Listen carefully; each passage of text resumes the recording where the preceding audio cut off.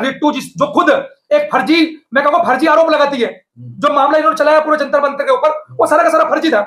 मैंने एफआईआर पढ़ी, सब कुछ पढ़ा है। ऐसे लोगों को चिन्हित किया जा रहा है जो समाज के अंदर फूट पड़ाने काम कर रहे हैं। ऐसे लोगों को आने वाले समय के अंदर किसी मंच पर, किसी भी मुद्दे पर इनको बुलाया नहीं जाएगा। ये चंद पत्रकार है, ये चंद्र पत्रकार समाज में लड़ा, समाज को बांटने काम कर रहे हैं, ये समाज को लड़ाने की तैयारी कर रहे हैं। इसके अंदर जो लड़ाई स्टार्ट हुई ना, इसके अंदर सबसे बड़ा रोल मीडिया का था। वो मीडिया चाहती तो इस भाईचारे को बरकरार रखती, लेकिन मीडिया ने क्या किया, सारा खेल पलट दिया। मीडिया ने सारा खेल अपनी टीआरपी के लिए, अपने व्यूज के लिए, ये सारा का सारा जो है मामला वो बढ़ा दिया गया। आज की डेट में इस समाज का, पूरे दलितों का जो नेतृत्व कर रहे हैं ना, नेतृत्व करने वाला ईमानदार नहीं है। अगर नेतृत्व करने वाला ईमानदार होता तो हमारी समस्या इस मोड़ पे खड़ी नहीं होती। अगर नेतृत्व करने वाले लोगों ने वाल्मीकि जाति के बड़े पैमाने पर घरों में, मोहल्ले में, बस्तियों में, वाल्मीकि मंदिरों में कैडर कैंप चलाए होते तो ये दिन देखना नहीं पड़ता। ये दिन उन्हीं के कारण देखना पड़ रहा है। जो लोग आज विरोध कर रहे हैं, जो लोग आंदोलन को छोटा बता रहे हैं, जो आंदोलन को भारत बंद कर रहे हैं, ये उन्हीं के कारण है। और सबसे जरूरी है भाईचारा। हमारा भाईचारा खराब ना, उसको ध्यान रखना होगा। लेकिन ये तमाम लोग जो अपने आप को प्रोफेसर बता रहे हैं, जो अपने आप को बता रहे हैं कि हम लोग बहुत बड़े समाज सेवी हैं, बहुत बड़े बुद्धिजीवी हैं, इन्होंने समाज का बेड़ा गर्क कर दिया है। इन्होंने समाज को तोड़ने का काम किया। कह रहे कि जो वो हिंदू जो तमाम लेवल पे जो है, हम लोग हिंदू नहीं, हमें काउंटिंग कर रहा है वो अपने साथ, तो मुझे लग रहा है कि हम लोग जो अगर बट जाएंगे तो हम भी लोग ही कमजोर पड़ जाएंगे। हमें बटना नहीं, हमें लड़ना है भाई।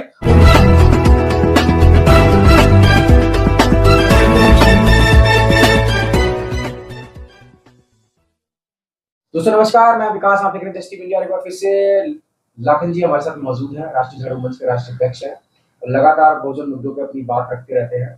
मुद्दा चाहे बहुजन का हो या भारत में किसी भी जाति, किसी भी धर्म का हो, वो अपनी बात जरूर रखते हैं। लाखन जी क्या कहेंगे, वर्गीकरण का मामला जो बिल्कुल पेचीदा हो गया है इस समय, दो वर्ग आमने सामने हैं और एक दूसरे से कहीं ना कहीं वो गलतफहमी का शिकार भी हो रहे हैं।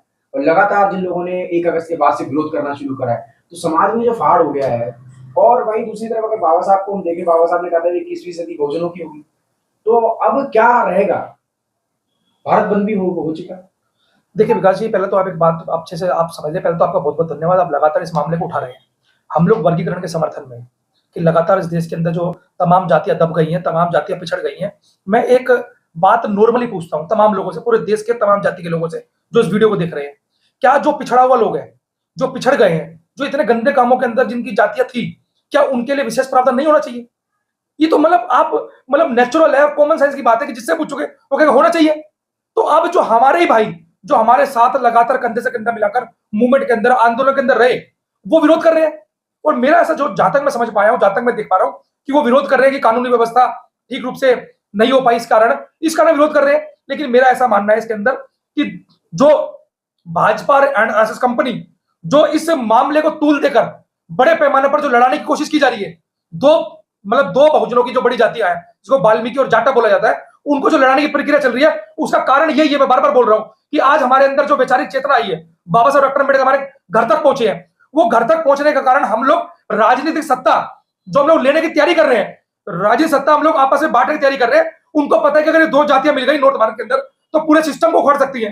तो उसी कारण से, उस डर के कारण ये लगातार, चाहे गाजियाबाद वाली घटना हो, चाहे वो तमाम देश के अंदर जो घटनाएं चल रही है, ये वो घटना हो, ये उस कारण से सारा बीज बोए जा रहे हैं। और इसके पीछे सिर्फ और सिर्फ भाजपा और आरएसएस की कंपनियां हैं।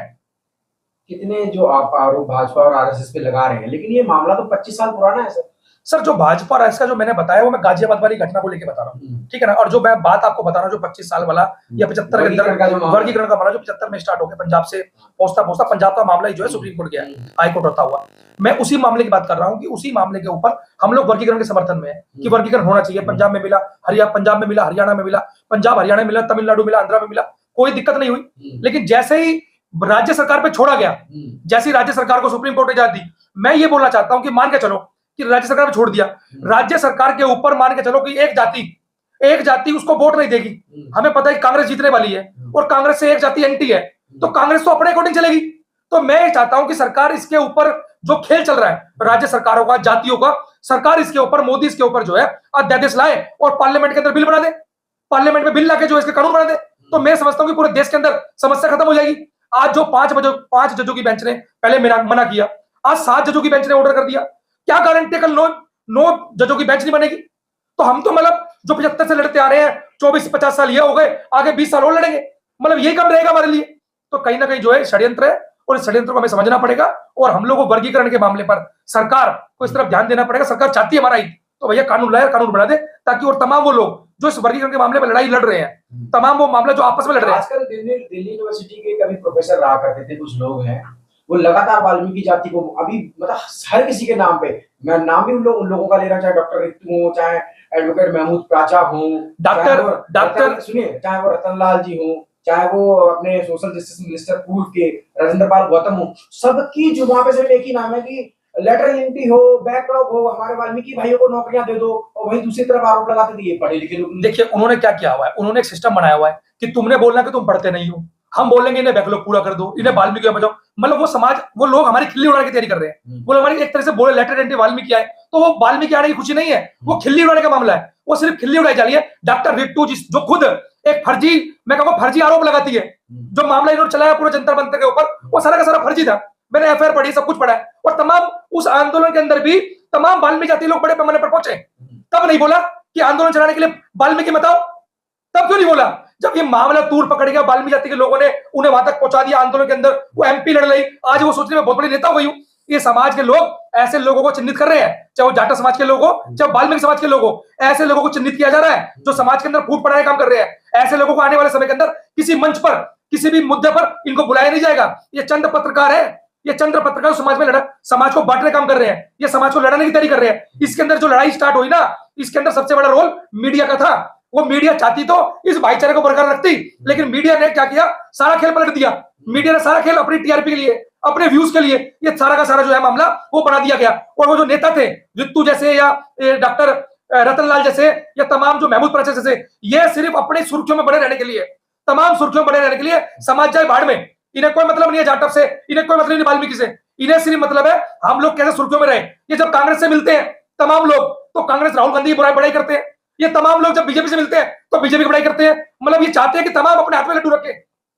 अभी इनके समकक्ष जो साथी था वो दिलीप मंडल, जो लगातार जो बोल रहा था कि भाई साहब मतलब नरेंद्र मोदी के खिलाफ थे, आज नरेंद्र मोदी की गोदी में जाकर जो है नेता बन गए, नरेंद्र मोदी गोदी बैठकर जो है वो सलाहकार बन गए। क्या वो क्या दिखाएंगे, क्या बोलेंगे, वो तय करेंगे।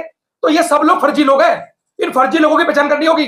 ये समाज के अंदर जो है इन्होंने पूरा का पूरा समाज को दो भाग में बांट दिया गया है, चाहे वो चमार जाति की तरफ से हो, चाहे वाल्मीकि जाति की तरफ से हो। जो लोग लड़ाई लड़ रहे हैं ग्राउंड पे, इन्हें लड़ाई लड़ने का समय नहीं है, हमें बैठ के विचार करना होगा और विचार करके आगे की तैयारी करनी होगी। ये लोग जो हमारी ताकत जो बन रही है, वैचारिक रूप में हम लोग एक हो रहे हैं, ये उसी को फाड़ कराने का काम कोई बाहर का नहीं कर रहा है। इतना जो आरएसएस हिंदू, जो आरएसएस भाजपा के लोग हैं वो तो काम कर ही रहे हैं, लेकिन साथ साथ रित्तू जैसे लोग जो फर्जी मुकदमे खुद लगाती है, और फर्जी मुकदमे लगाने के बाद वाल्मीकि को टोन कसती है कि लेटर एंट्री में हो। एक तरफ बोलती है कि चमार जाति के लोग लेटर एंट्री में आने में सक्षम नहीं है, तो वाल्मीकि कहां से आएंगे, और एक तरफ बोलती है कि वाल्मीकि आ जाए। तो ये हम समझ नहीं रहे क्या, किस भाषा का इस्तेमाल कर रही है वो, क्या खिल्ली उड़ा रही समाज की। ऐसी महिला को हम लोग बड़ा महिला को आदर करते हैं, लेकिन ऐसी महिलाएं जो हमारे समाज के तमाम लोगों के खिलाफ ऐसे बोलती है, हम लोग उनको ये बता देना चाहते हैं कि आने वाले समय के अंदर आप एक बार जंतर मंतर बैठ के देखिए, आप एक बार दोबारा अपना मुद्दा उठाओ ना। अब क्यों नहीं उठा रहे मुद्दा, उस मुद्दे को, जिस मुद्दे को तुमने बोला कि मेरे साथ अत्याचार हुआ, न्याय नहीं मिल रहा, अब कहां मर गए वो लोग, अब क्यों नहीं बैठ रहे वो?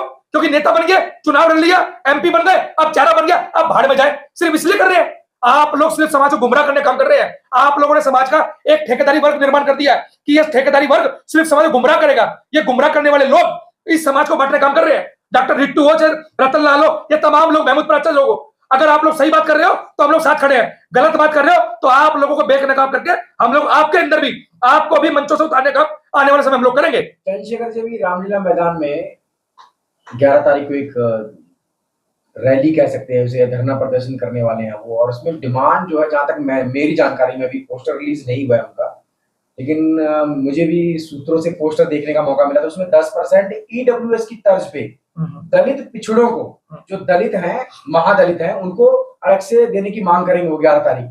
इसको कैसे देख रहे हैं आप? देखिए, सबसे पहले तो जब आज इनको लग रहा है कि संविधान में वर्गीकरण जायज नहीं है, लेकिन जब 10% जो है अपर कास्ट को मिला, तो कोई भी नेता नहीं बोला, ना मायावती बोली, ना चंद्रशेखर बोला, ना अन्य कोई बोला। बहन जी तो समर्थन कर रहे हैं। बहन जी तो अब बहन जी को दिखाई दे रहा इमरजेंसी लग गई। जब 2018 के अंदर जब आंदोलन हुआ SC/ST एक्ट का, जब बहन जी ने नहीं बोला, इमरजेंसी लग गई। जिस आंदोलन में 13 लोग मारे गए हमारे, वो इमरजेंसी नहीं थी, ये इमरजेंसी है। ये सिर्फ और सिर्फ जो है कांग्रेस बीजेपी के पिट्ठू हैं। बहन जी जो बोल रही है वो बीजेपी की तरफ से बोल रही है। बहन जी का वोट बैंक किसका है?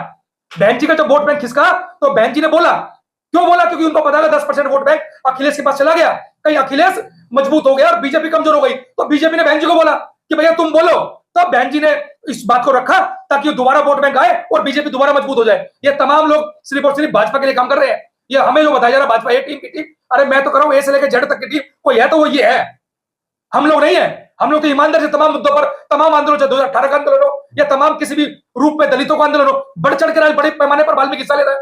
अरे हिस्सा ले रहा है तो तुम्हें खुशी होनी चाहिए, आप लोग उसको टारगेट कर रहे हो। तो ये टारगेट करने का काम छोड़कर भाईचारा बनाने का काम करो, और कौन किसकी बी टीम है किसकी ए टीम है, ये पूरा देश और पूरा समाज आजकल तो ओपन हो चुका है। आजकल तो वाल्मीकि समाज को आरएसएस और बीजेपी का एजेंट बताया जा रहा है। देखिए आरएसएस और बीजेपी के एजेंट हमारे, मैं ये बात मानता हूं, देखो मैं इसको डिनाई नहीं करूंगा कि हमारे लोग, उनको लगता है कि ज्यादा है, उनको लगता है। तो ऐसा कौन सी जाति है जिस, ऐसी भारत के अंदर कोई एक जाति बता दो मुझे जो उसके भाजपा और आरएसएस के अंदर ना काम करती हो। एक जाति का मुझे एक व्यक्ति बता दो, सिर्फ सिंगल व्यक्ति बता दो कि भाई सिंगल जाति बताओ कौन सी जाति का आरएसएस के अंदर नहीं है। सारे लोग आरएसएस के अंदर है। ये सिर्फ और सिर्फ जो बाल्मी जाति के लोग हो, चाहे चमार जाति के लोग हो या अन्य जाति के लोग, ये अपना उल्लू सीधा करने के लिए, अपने आप को कोई आयोग का चेयरमैन, आयोग का मेंबर, कोई विधायक की टिकट लेने के लिए तमाम वाल्मीकि और तमाम जाटव इसलिए लगे पड़े के अंदर। जब बहन जी ने तूल पकड़ा तो ये वहां पहुंच गए, अब बहन जी कमजोर हुई तो ये वहां पहुंच गए। ये सिर्फ और सिर्फ जो आज की डेट में इस समाज का, पूरे दलितों का जो नेतृत्व कर रहे हैं ना, नेतृत्व करने वाला ईमानदार नहीं है।